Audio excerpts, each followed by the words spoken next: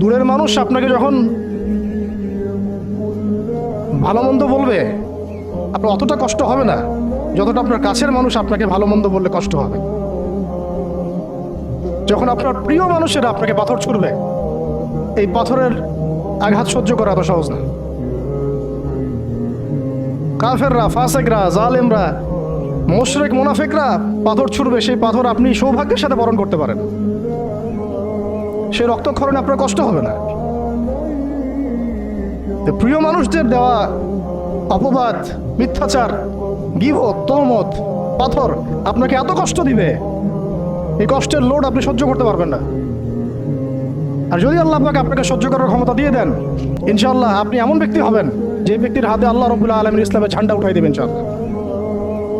এবং ইনশাআল্লাহ যাকে আল্লাহ রাব্বুল আলামিন পুরো কওমের জন্য কবুল করবেন ইনশাআল্লাহ।